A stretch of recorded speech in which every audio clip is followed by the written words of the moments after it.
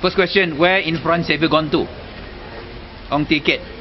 That you dare not reveal to Parliament and the Malaysian public your actual program of activities in Paris and your travel plans. Is it because you know that if your overseas program is made public, you'll be nailed as an utterly irresponsible minister who could run away from his first duty to account to Parliament on the scandal of scandals, the 12.5 billion ringgit PKFZ scandal, on the most ridiculous pretext of an overseas trip? When was your Paris program finalized? Don't you know in advance that the June meeting of Parliament will start yesterday, and that the 12.5 billion ringgit PKFZ scandal will be high on the parliamentary issue of priorities? Question number 2. It is reported in the press, and one of them is Tinto, 交通部下周期在交代，基于法生港口自由贸易区课题闹得沸沸堂堂，首相纳吉将指示交通部在下周再次发表声明，向人民解析此事。It is reported that the Prime Minister has directed the Transport Minister to make a ministerial statement on the 12.5 billion ringgit PKFZ scandal in Parliament on Monday. Does Ong agree that this is most embarrassing for a minister who is also the MCA President, that he does not know the right and proper thing he should do in Parliament, that is make a ministerial statement on the PKFZ scandal on the first day of Parliament yesterday?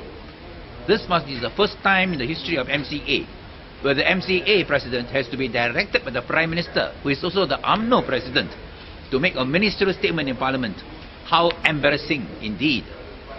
Ong had already embarrassed himself and Najib by openly failing to live up to the Prime Minister's bold public declaration on 29th of May that his government welcomed all questions about the PKFZ scandal, and that Ong will answer every question raised by any party.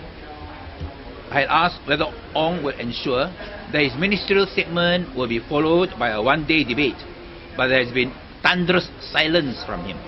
Ong cannot pretend that he's overseas and does not know about my question. I believe Ong has made arrangements that within minutes of my daily 3 questions on the PKFZ scandal, he will be informed about them, word for word.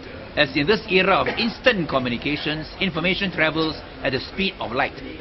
Or is Ong claiming that he's a dinosaur and he's really cut off from what is happening in the country and does not know developments, in particular my daily 3 questions to him on the PKFZ scandal?